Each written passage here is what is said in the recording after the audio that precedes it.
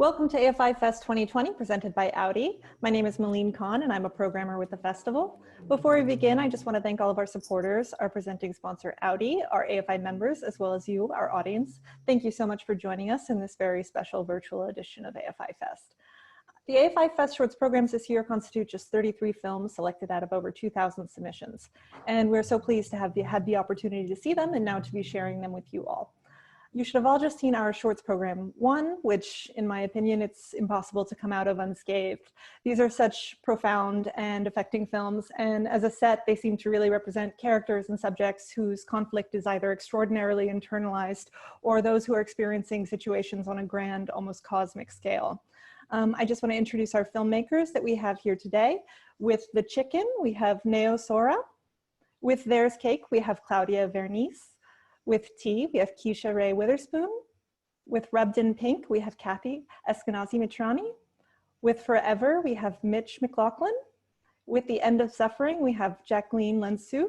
And with They Salivate, we have Ariane Boukerche. So just to kind of start off the conversation with maybe what is a little bit of a generic question, but I find that the answers are always interesting. I would like to just have you all kind of talk about what led you to making this specific film. What was kind of the origin of the idea that led you to making the films that we have here? So if we could just start with Neo. Sure. My film is based on a novel from 100 years ago. It's a short story by this guy named Naoya Shiga. And he wrote this very short observational story about how he went on a walk with his cousin to buy a duck. And on the way of buying the duck, seeing a military exercise and seeing these young soldiers who were sort of falling ill with dehydration and heat exhaustion. And in the end, when he bought the duck, he couldn't kill it. And so that was the starting off point. And you know, there was something a little bit about the violence that we all sense in our daily lives, but is a little bit difficult to pin down, things that are very systemic but omnipresent. And those kinds of themes were very much in my mind when I read this short story. And through these very observational and really little moments, Naoya Shiga is able to talk about the presence of violence around him. You know, in Japan at the time, it was 1919, and the World War I just ended. And even though World War I ended a year ago, they were still preparing for war. They were still sending soldiers to Siberia, for example. And then only 30 years later, there would be World War II. And so I think these are the kinds of things that Naoya sort of sensed as he was taking his walk with his cousin. And those are the kinds of things that I've been sensing in different forms, obviously. Not quite the military, but the police, not quite the heat wave, but global warming, gentrification, all these things. And so I wanted to adapt his story to New York City today. The reason why I decided to make this film was actually for quite a practical reason. I sort of made a switch to filmmaking recently, and I was working as a researcher and I wanted to make a film. And when I moved back to my parents' place, the only thing that I had was the location, which is where it is filmed, which is my childhood home where I hadn't lived for years.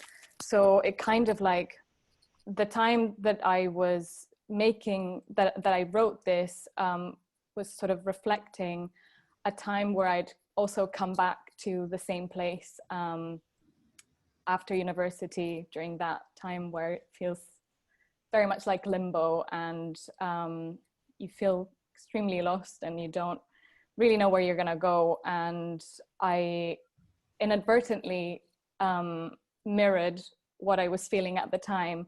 I didn't think that I was making that much of a self-portrait, even though it is. That's what that is.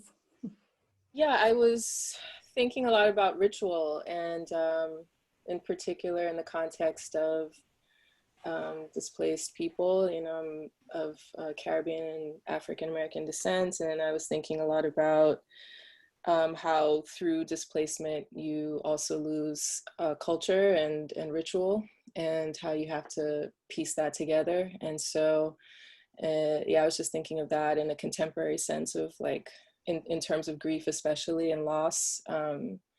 And it seemed to, I wanted to reflect the times as well, and you know, the violence, the optics of violence especially, and then experientially in the community, and to sort of translate that.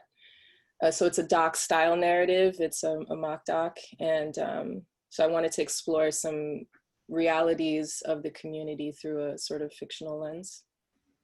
I was thinking a lot about sexuality and femininity, more specifically how it was presented to me. It was kind of like I was going through a period of what am I really? What are my thoughts, or what are the thoughts that have been kind of passed on to me or I've been conditioned to have? And that kind of just spiraled into a project about a girl who masturbates for the first time, but I couldn't really get that piece to work because I couldn't authentically track back to that very first time. So then I started transitioning into something more personal and started thinking about moments in my life that kind of stuck with me, images, and built a narrative out of that, trying to explore how femininity is passed on through generations and how we tend to look to our mothers for guidance in this process, and how that guidance kind of shapes us in the moment and in the future. The way the film came about is I was actually planning on making an interactive VR experience about AI and how it sees humanity. But when I was telling people my idea, and I was telling them the inspiration behind the idea, which was this true event that happened to me, they were always very drawn to the story of what happened to me. And so I realized this idea had to be more of it had to be a film that was about my true experience. I think that's how I had to tell it, because I felt like I could share that with more people. What happened was that two things happened actually that made me want to make this film. The first one is that I actually, one day at the beach, I was looking at the stars, and one of them looked a bit red. And although I thought it was again me imagining stuff, some weeks later, I met an astronomer accidentally, and he indeed told me that I was seeing Mars. So I was surprised that I really saw him with my bare eyes, because I'm a lot into planets and, you know, the cosmos. And at the same time, I was really recovering after a very deep depression period. And somehow it was weird, because when I looked at the stars, although okay, I always look at the stars and I like the stars and the moon and everything, the fact that I observed something very unique made me somehow regain some faith that, you know, as you move on, no matter the hardship, you always can find something new. So these two premises together, so my depression and the Mars made this film with somehow like a black science fiction comedy in a way. The origin of my film was I need to say something to someone and I can't. So I've made that film. It's just because I couldn't find the words, and it's the best thing to show what I have in my heart. So I want to go back to Neo and ask you, you know, it's really interesting to hear you talk about adapting the short story. I was originally going to ask you how you included your personal perspective in it, but that's clear now. So I want to ask about the kind of dual cultural experience that is kind of reflected in this film and how it kind of mirrors your own. Yeah, I'm Japanese, but I was born here in New York. But I do spend a lot of time in both countries. And a few people have come up to me and told me that when seeing The Chicken, they were reminded of the time where they were in New York for the first time again. And that was really interesting to me, because obviously New York is my kind of hometown, but whenever I do come back from Japan, I always have this really refreshing view of how chaotic but kind of incredible it is. And which is sort of why I wanted to put the film in the perspective of the cousin who visits mostly. And so the two characters, the guy who, you know, lives in New York City and goes about his daily life, Hiro, and Kei, his cousin who's visiting from Japan, are basically the two sides of my own identity, if you will.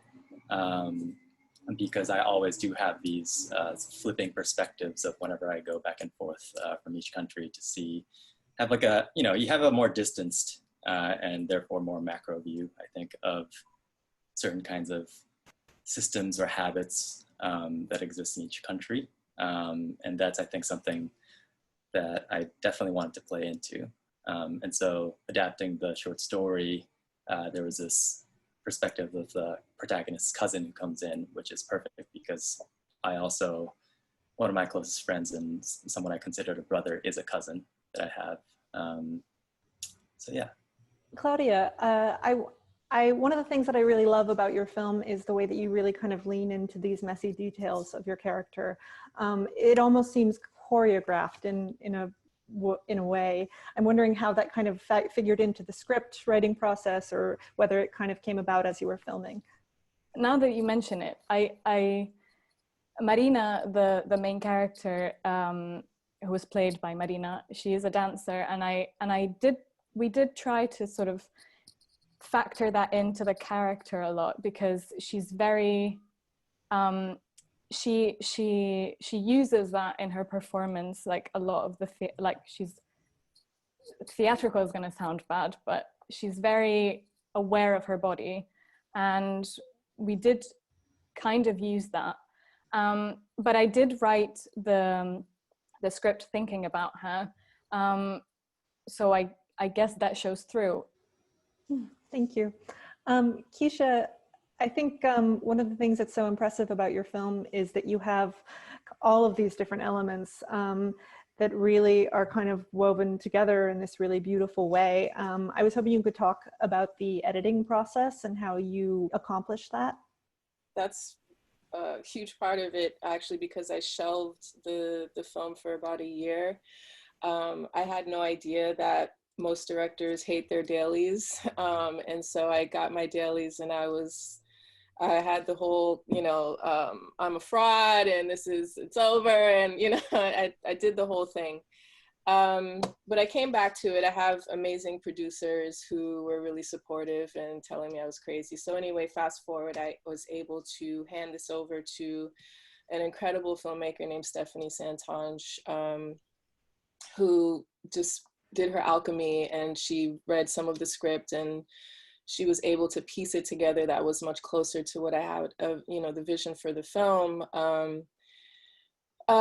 Yeah, and so from there we just sort of all collectively pitched in, and Jonathan David Kane, who was also a friend of mine, also came in as an editor, and we just all worked together to get it to where it was, and to where it is now, and yeah. Kathy, your film, you know, you've already talked a little bit about these kind of like formative sexual experiences for women. And it feels like a very adult film to be making with two lead actresses that are children. What were some of the conversations that you had along the way? Mostly with the kids, we spoke with the parents, and we made set feel like a play area where they were just kind of doing that every day. It was very important for me to preserve their childness while also talking about something that isn't so child, but is natural at that stage in your life when you're just starting to explore things. So we didn't really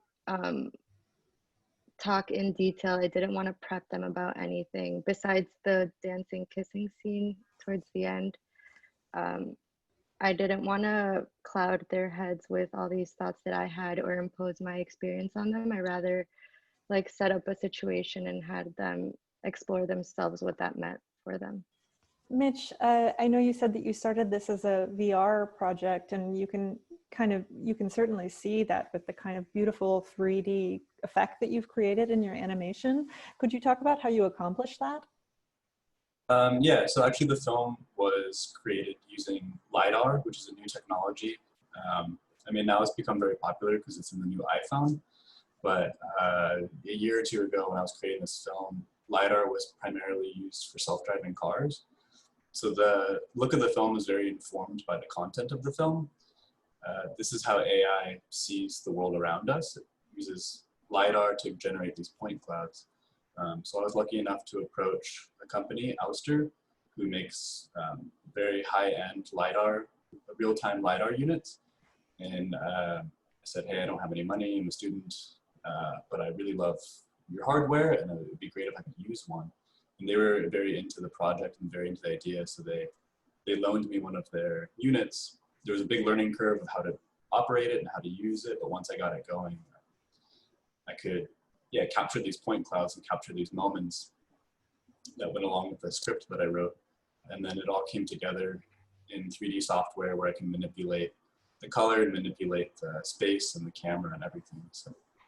Jacqueline, one of the things about your film that really is affecting for me is that when that final song comes in, it really just hits you like a punch. It's so affecting. Could you talk about that song, how it became to be involved? And I know that there's kind of a translation element at the end, so it's almost a part of the story. So first of all, it's funny how I found out that this song exists, because again, in a different period of my time, I was a bit sad and I was at the party and I was in a non-social mood. And then suddenly the song pops in and immediately it somehow talked to me in a very weird way. So then I started researching the artist, and funnily enough, she has been writing similarly weird songs in a period in Greece where, you know, it was very weird to write about the moon or anything that you could not really feel, touch, and see. So yes, of course it's part of the story, because at the end, you know, what it says is that even if this weird dialogue was in your head, or if indeed it took place or you came into contact with something greater, at the end of the day, it doesn't really matter in a way. So it gives somehow, at the same time, a unity and at the same time, a grounding for me. It cancels everything, but then it gives some color at the same time. Neo, I was hoping you could talk about the kind of visual style of your film. It's really kind of, it's tactile, you know, it's like it goes almost with this kind of theme of fluids that you have throughout the film. I was hoping you could talk about how you had kind of planned that. Yeah, I think we shot on Super 16, mainly because we were setting this in a moment where it's November, but it's supposed to be incredibly hot because of a heat wave. And so I really wanted to capture the texture and the feeling of heat and the kind of humidity. And I think liquids, fluids, all these things are such a biological and kind of, it's really just, you know, our bodies stand in for our bodies, and how violent that can be. Fluids coming out of a body is just such a kind of nasty thing, that I think the combination of the heat, humidity, and then the fluids all kind of materialize in the choice of shooting on 16, which is why I think it has that sort of like tactility to it. Claudia, I wanted to continue on this kind of theme of looking at the kind of visual elements. And yours has this clear distinction between what is this very kind of pleasant to look at atmosphere. You talked about it being your kind of childhood home, and then also this kind of darker internal experience that she's going through. Could you just talk about that? With it being my childhood home, we had free access to the location. And with Xavi, the DP, we had quite a bit of time to prepare and to think about how we wanted to portray that. But honestly, I think it was pretty much self-explanatory. I mean, I didn't really feel like I had to do that much because the setting told itself. Ariane has just joined us again. You know, before we have to end this, I did want you to maybe talk about the kind of performative elements in your film and how it almost seems like a performance piece at times, and how you kind of, you know, wove that in with this kind of narrative. I had this idea of kiss, which is poison kiss, and that will be sprayed with with people in the same room in party. It was, for me, it was the last kiss of the couple. And usually we have the idea of the first kiss, but not so much of the last. And the last is like the love is not functioning the same way anymore. And there's a strong desire that can push us to somewhere else, somewhere. And what is, maybe this is why I have done this film. And it was really important to me to make this really voluptuous, very smooth, like a movement of water movement, liquid movement, to keep that for all the movie, because it's like not in a dream, but not really in the real life. I don't want something so too much real. Don't know, is that happening or it's just a dream? I need to keep it open. And the dance thing, it's, of course, I need to go to that, because at the end it's a liberation of the body, and I need them to share, to touch them, until the water gets everywhere, and it's very important to go as far as that. Now, I think we don't have very much time left, but I don't want to just have ended this asking Jacqueline about the song. So I was hoping you could also talk about the visual style of your film and the way that the three different parts kind of come together, and how they all seem very kind of distinct in your kind of visual approach to the three different aspects of your film. So yes, indeed, they are very distinct. The first and the third, so the first with the panic attack, as well as the red aspect, it's shot in 16mm.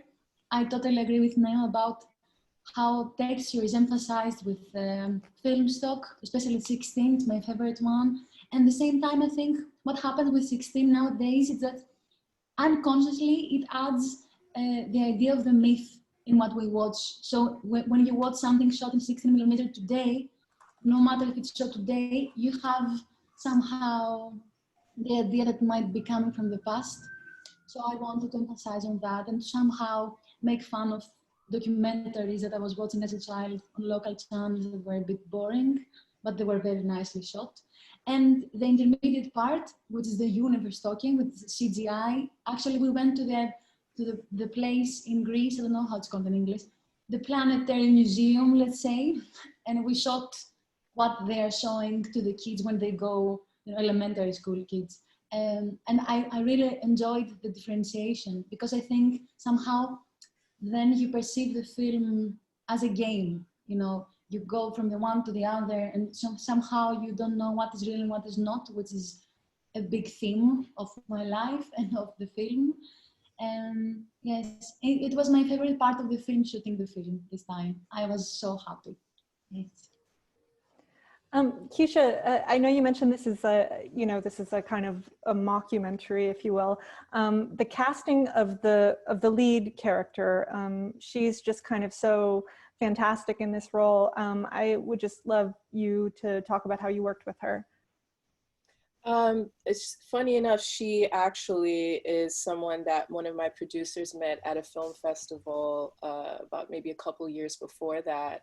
She was actually moderating a screening of a previous film, and she was just such a dynamic, incredible person that my producer took a short video of her, which we posted recently. It's funny to reflect on it and watch it, but she really brought her whole self to the film. She was just perfect for it. She was that person. The character's name is Dimples. She was Dimples. You know, I distinctly remember the scene, you know, hallway scene, I'll call it, that we all had chills in the next room, and we hadn't realized that she had personal experience with the story. It's something that she told us later. And so it just sort of really worked out well. She's the only character that was not local. We flew her in she's from Baltimore. Everyone else was from Miami. But it was just a really incredible experience working with her. Shout out to Coco. Hi, Coco, if you're watching. Mitch, you mentioned that this was a really personal story. I wondered if you could maybe talk about what it was like for you to kind of expose your life and your kind of struggles with alcoholism in this way. It was very difficult. I tried to not do it for a very long time, and talking through the film with many people, everyone really encouraged me to be honest about it and to be open about it.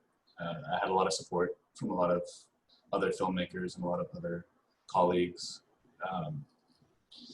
Yeah, it was difficult to deal with, but I think it helped. There's still certain people that haven't seen the film because of that.